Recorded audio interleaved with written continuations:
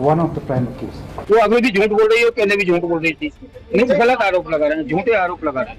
अगर राजा को सोनम ने मरवाया तो मैं कड़ी से कड़ी सजा चाहती हूँ। हनीमून पर ले जाकर अपने पति राजा रघुवंशी को मौत के घाट उतारने वाली सोनम रघुवंशी को होगी। फांसी लाख कोशिशों के बाद भी नहीं बच सकी सोनम। जी हां, राजा रघुवंशी और सोनम रघुवंशी केस में एक नया मोड़ सामने आया है। 16 दिन से लापता सोनम को पुलिस ने गिरफ्तार कर लिया है। उसके साथ 4 और लोगों की गिरफ्तारी हुई है।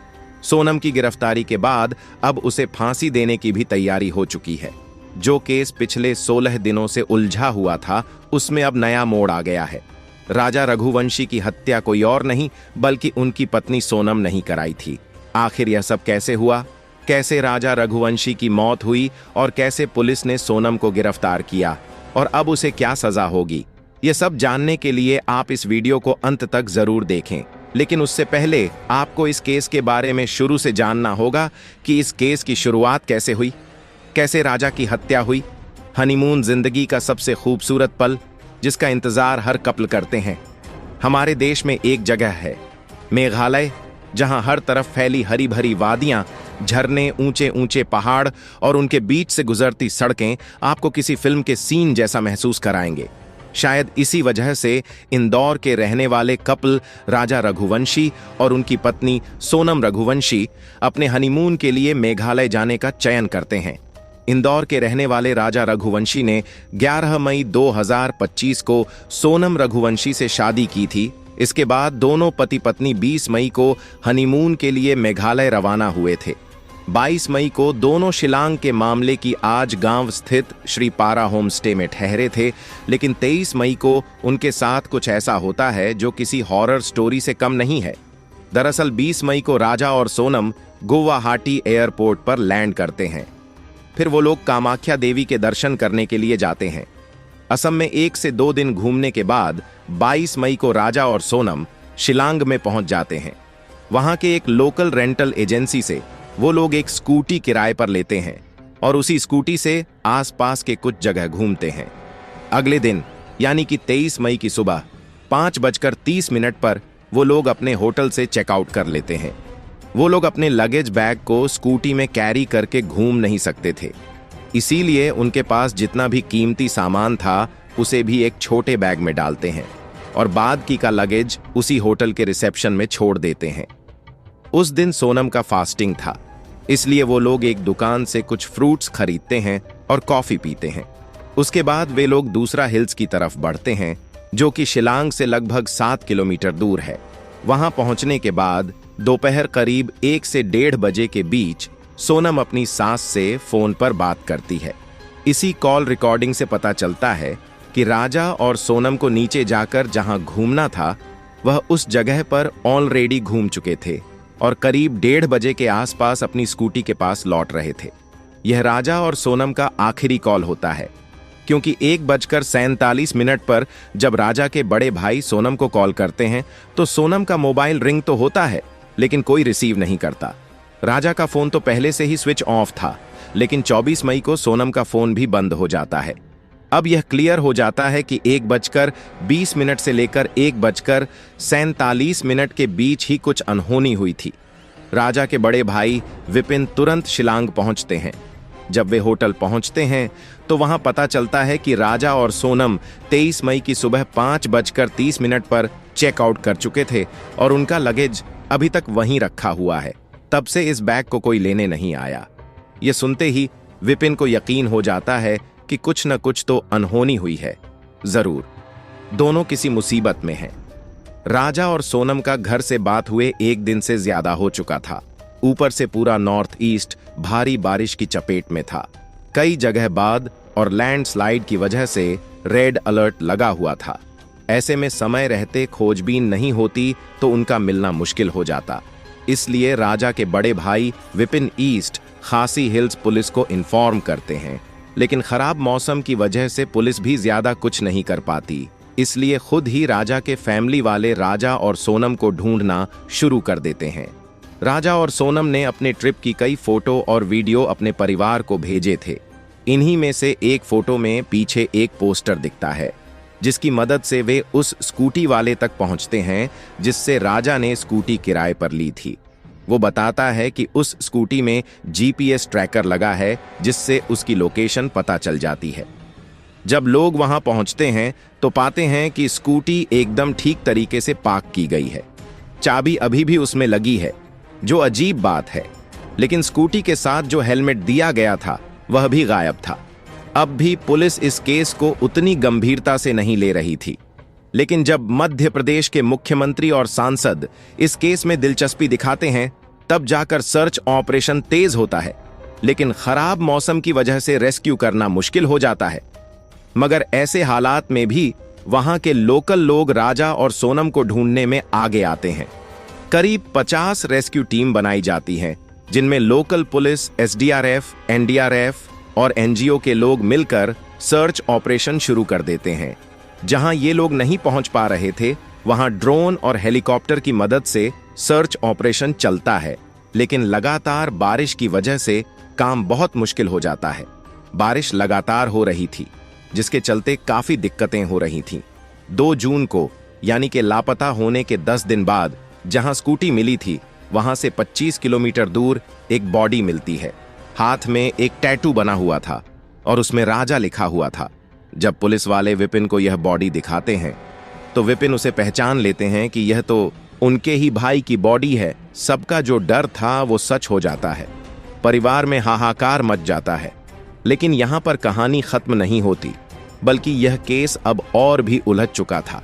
राजा के परिवार वालों ने बताया कि जब वह घर से निकले थे तो उनके गले में सोने की चेन थी, हाथ में 2 वेडिंग रिंग और एक डायमंड ब्रेसलेट भी पहना हुआ था, जिसकी कीमत करीब 10 लाख रुपए थी। लेकिन पुलिस को अब तक जो चीजें मिली थीं, उनमें एक सफेद रंग की महिला की शर्ट, एक पैंट उपरांत जोल टैबलेट वीवो का टूटा हुआ मोबाइल और राजा की स्मार्ट वॉच शामिल है। लेकिन सोने की चेन, दोनों रिंग्स और ब्रेसलेट गायब है। पोस्टमार्टम रिपोर्ट से पता चलता है कि राजा के शरीर पर कई जगह धारदार हथियार के घाव थे, यानी उसकी हत्या की गई थी। उनको मारकर नीचे खाई में फेंक दिया गया था। हथियार भी नया था, जैसे राजा को मारने के लिए ही यह खरीदा गया हो। हालांकि पुलिस ने उस हथियार को भी बरामद कर लिया है जो स्कूटी मिलती है। वह प्रॉपरली एक जगह पर पार्क किया हुआ था। उसमें कोई स्क्रैच भी नहीं था, जिससे यह पता चलता है कि उनका एक्सीडेंट स्कूटी में नहीं हुआ है, बल्कि उन्हें मारा गया था। लेकिन अजीब बात यह है कि उस स्कूटी में चाबी लगा हुआ था और उसका हेलमेट स्कूटी से थोड़ी ही दूरी पर राजा और सोनम के बैग्स भी मिलते हैं जो अपने साथ लेकर आए थे, और वहां से लगभग 25 किलोमीटर दूर राजा की बॉडी मिलती है। यह तभी पॉसिबल हो सकता है जब राजा को मारने के बाद कातिल ने स्कूटी को दूसरा हेल्स के पास लाकर पार किया होगा, और स्कूटी वहां पर पार करने के बाद उसी ने ही गाड़ी में चाबी छोड़ दिया होगा, क्योंकि यह एक रेंट स्कूटी था। फिर उसने वह बैग भी वहीं पर फेंक दिया होगा, यानी कि कातिल हत्या कर बॉडी को दूर फेंका और स्कूटी को जानबूझकर सही से पार कर दिया ताकि सर्च ऑपरेशन गुमराह हो जाए। राजा की हत्या 23 मई को हुई थी, लेकिन उसकी लाश 2 जून को मेघालय के प्रसिद्ध वही सावन फौज के पास एक गहरी खाई में बेहद सड़ी गली हालत में मिली। शरीर पर गहरे जख्म थे। सिर और पीठ पर धारदार हथियार के 2 घाव साफ नजर आ रहे थे। इन सब साक्ष्यों से साफ हो गया कि यह कोई हादसा नहीं, बल्कि सोची समझी और खौफनाक हत्या थी। अब तक पुलिस से लूटपाट का मामला मान रही थी और सोनी रघुवंशी की तलाश में जुट गई थी, जो उसी दिन से लापता थी। पुलिस को शक था कि लुटेरों ने राजा को लूटने के बाद उसकी हत्या कर दी, और संभव है कि सोनम को भी मारकर कहीं फेंक दिया हो। जैसे ही यह खबर मीडिया के जरिए आम लोगों तक पहुंची, हर कोई सन्न रह गया। लोगों में गुस्सा फूट पड़ा और वे सड़कों पर उतर आए। विरोध प्रदर्शन शुरू हो गया। जनता के भारी दबाव के बाद पुलिस ने तुरंत विशेष जांच टीम एसआईटी का गठन किया और सोनम की तलाश को प्राथमिकता दी। लेकिन इस मामले की दिशा तब पूरी तरह से बदल गई जब एक स्थानीय गाइड अल्बर्ट पीढ़ी ने पुलिस को बताया कि 23 मई को उसने राजा और सोनम को 3 अनजान युवकों के साथ फॉल्स की ओर जाते हुए देखा था। इन तीनों युवकों की सबसे चौंकाने वाली बात यह थी कि वे सभी हिंदी में बात कर रहे थे। इसके बाद पुलिस ने सीसीटीवी फुटेज, खंगाले फुटेज में राजा सोनम और 3 अज्ञात युवकों को एक साथ घूमते देखा गया। जब पुलिस ने सोनम के मोबाइल की कॉल डिटेल रिकॉर्ड CDR निकाली तो कई संदिग्ध कॉल्स इंदौर और यूपी के नंबरों पर मिलते पाए गए। पुलिस को संदेह हुआ कि सोनम ने ही इस हत्या की साजिश रची है। इसी बीच 4 जून को सोनम ने खुद गाजीपुर यूपी के एक ढाबे से फोन कर आत्मसमर्पण किया। उसने बताया कि वह डरी हुई थी और उसे जान का खतरा महसूस हो रहा था। पुलिस ने फौरन उसे हिरासत में ले लिया। पूछताछ में खुलासा हुआ उसने पूरे मामले की दिशा ही बदल दी और पुलिस भी हैरान रह गई। शुरुआती पूछताछ में सोनम ने सच छुपाने की हर मुमकिन कोशिश की, बार बार बयान बदले, झूठी कहानियां गढ़ी और पुलिस को गुमराह करने की कोशिश की। शष्ट सवालों और सबूतों की मार के आगे उसका झूठ ज्यादा देर टिक नहीं सका। धीरे धीरे परतें खुलने लगी और सच खुद ब खुद बाहर आने लगा। सोनम रघुवंशी ने जो कहानी पुलिस के सामने बयां की वह किसी थ्रिलर फिल्म से कम नहीं थी। शुरू में डरी और कमजोर दिखने वाली सोनम की चुप्पी तब टूटी जब मेघालय पुलिस ने उसे रिमांड में लेकर गहराई से पूछताछ की। जांच अधिकारियों के अनुसार सोनम ने जिस सच्चाई को कबूला उसने इस केस की हर परत को खोल कर रख दिया। सोनम ने स्वीकार किया कि उसका अपने पति राजा रघुवंशी से रिश्ता महज एक सामाजिक बंधन बनकर रह गया था। शादी के बाद भी वह लगातार अपने प्रेमी राज कुशवाहा के संपर्क में थी। सोनम और राज के बीच शारीरिक और मानसिक रूप से गहरा रिश्ता था और दोनों चाहते थे कि राजा की जिंदगी से स्थायी रूप से छुटकारा मिल जाए। पुलिस को दिए बयान में सोनम ने कहा कि उन्होंने मिलकर हत्या की पूरी योजना तैयार की थी। इसके तहत राज कुशवाहा ने अपने 3 दोस्तों विशाल सिंह चौहान, आकाश राजपूत और आनंद सिंह कुर्मी को साथ जोड़ा।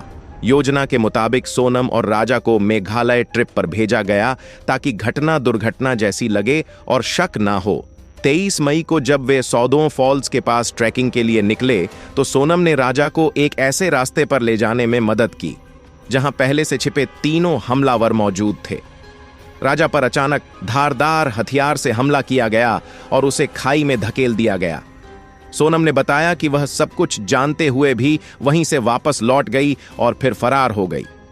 पूछताछ में सोनम ने साफ कहा कि इस पूरी हत्या के पीछे उसकी मंशा राजा से छुटकारा पाकर राज कुशवाहा के साथ जिंदगी शुरू करने की थी। उसने इस साजिश के लिए आर्थिक मदद भी की। कॉल्स और मीटिंग्स के जरिए ये हत्यारों को निर्देश भी दिए। यही नहीं, बाद में जब मीडिया और पुलिस का दबाव बढ़ा तब उसने खुद को बचाने के लिए राजी पर जाकर छिपने की कोशिश की, लेकिन डर और मानसिक दबाव में खुद ही उसने आत्मसमर्पण कर दिया। सोनम के इस कबूलनामे के बाद पुलिस ने उसी की निशानदेही पर अन्य आरोपियों को भी इंदौर, सागर और ललितपुर से पकड़ लिया। गिरफ्तारी के तुरंत बाद इन सभी आरोपियों को मेघालय लाया गया, जहां SIT की टीम ने अलग अलग रिमांड पर लेकर सभी से गहन पूछताछ की। पूछताछ के दौरान हर आरोपी ने अपना जुर्म स्वीकार किया और यह भी साफ हो गया कि हत्या किसी एक का फैसला नहीं था, बल्कि यह सभी के बीच महीनों पहले से बनाई गई एक सोची समझी साजिश थी। पुलिस ने चारों आरोपियों के पास से वह मोबाइल फोन, बातचीत के कॉल रिकॉर्ड्स, लोकेशन डिटेल्स और डिजिटल ट्रांजैक्शन के सबूत बरामद किए, जो हत्या की प्लानिंग में सोनम और राज कुशवाहा की सीधा जुड़ाव को साबित करते हैं। इसके बाद पांचों आरोपियों को न्यायिक हिरासत में भेज दिया गया। सोनम के कबूलनामे और चारों आरोपियों की गिरफ्तारी के बाद जब पूरा सच जनता के सामने आया तो पूरे देश में गुस्से की लहर दौड़ गई। सोशल मीडिया से लेकर सड़कों तक लोग राजा रघुवंशी की निर्मम हत्या को लेकर न्याय की मांग करने लगे। राजा के घर वालों, दोस्तों और समर्थकों ने विरोध प्रदर्शन शुरू कर दिए और जगह जगह पर मशाल जुलूस निकाले गए। लोगों का साफ कहना है यह कोई आम क्राइम नहीं था, यह प्लान करके की गई बर्बर हत्या है। ऐसे लोगों को सिर्फ उम्र कैद नहीं, फांसी की सजा मिलनी चाहिए ताकि समाज में डर बने और कोई भी पत्नी प्रेमी के साथ मिलकर अपने पति की जान लेने की हिम्मत न कर सके। और अगर आप भी चाहते हैं कि राजा रघुवंशी को इंसाफ मिले तो इस वीडियो को अपने दोस्तों और परिवार तक ज्यादा से ज्यादा शेयर करें ताकि हर कोई देख सके कि प्यार और भरोसे के नाम पर कैसे एक जान ली गई। साथ ही एस्ट्रो सच चैनल को सब्सक्राइब और अगर आप भी सोनम को फांसी दिलवाना चाहते हैं तो इस वीडियो को एक लाइक अवश्य कर दें।